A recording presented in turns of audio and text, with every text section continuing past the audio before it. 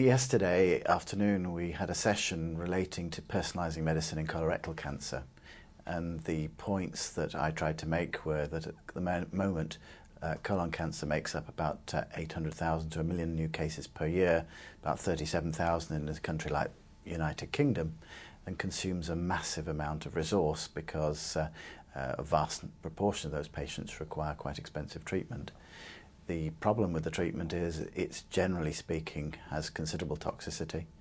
If we look at the large proportion of patients who require adjuvant chemotherapy, in other words, attempt to cure, then you have to treat about 100 people for every 6 or 7 who will benefit, so that approximately 90 patients will get prolonged, expensive, toxic treatment and gain no benefit at all. And the advanced setting, which makes up a large proportion of patients, over half, also ultimately will require treatment for advanced disease, then again we're using all these drugs with a lot of toxicity, massive expense, and approximately 50% of patients will gain some benefit. Problem with that benefit is it may be quite transient, maybe only a year's prolongation of survival. And if you have to spend half that year having treatment and toxicity, then you have to ask, is it worth it? What we've got to do is be more sophisticated than we've been to date. The way we've done it so far has been quite crude. We've looked at the extent of disease pathologically, the biological state of the patient, to some extent age, although we discussed that at length yesterday. What we need to do now is take advantage of the new era of proteomics, genomics, to try to see if we can't find links between giving certain drugs and those people who benefit. And so we talked about looking at, for example, mismatch repair gene, looking at drugs which, genes which might predict how you metabolize a drug, looking at things like do people actually stick with protocols, give patients holidays from drugs, maybe that impacts on whether they do well or not. What we came to a consensus was that at the present time, despite massive amounts of research, we still don't have good molecular predictors of who's going to do well or not. But what we could look to, we have one, we have KRAS, which can predict if you'll respond or not to cetuximab and EGFR inhibitors.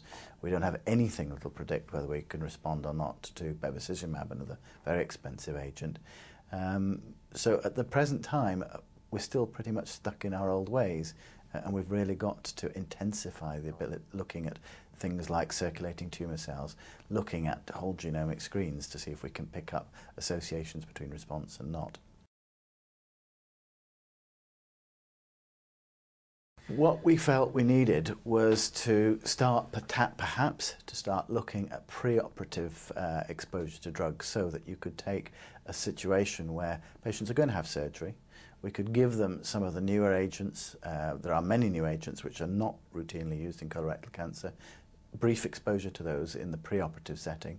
What we would then do is we would get a pre-exposure biopsy and a post-exposure biopsy at the time of resection surgery, and look to see whether there's alterations in downstream targeting of those drugs in all individuals, in some individuals, if we could see differences in that situation, because that's not been done before. We've not looked at pre and post-exposure tissue specimens. We could look at that, see whether there are changes in certain individuals, perhaps correlate that with certain genomic changes, then perhaps we can start at last to find a signature of genomic changes associated with certain chances of responding to certain drugs. There are several reasons a patient might be interested. First of all, perhaps we can get a signature for that individual which might indicate that certain drugs might benefit them. We might do something a bit negative, but it does help the patient. We could say, unfortunately, none of those drugs are going to benefit you. That's not a good news initially, but at the very least it avoids that patient being exposed to toxicity, exposed to being out away from their home for the last months, years of their life. Of course, the other thing it does is it has a massive impact on the healthcare system by markedly improving cost effectiveness of drugs. If we don't give them to everybody, we only focus them on some people. If we can make the drugs more cost effective, then the healthcare providers are much more likely to fund the drugs, which we don't currently have for anybody at the present time.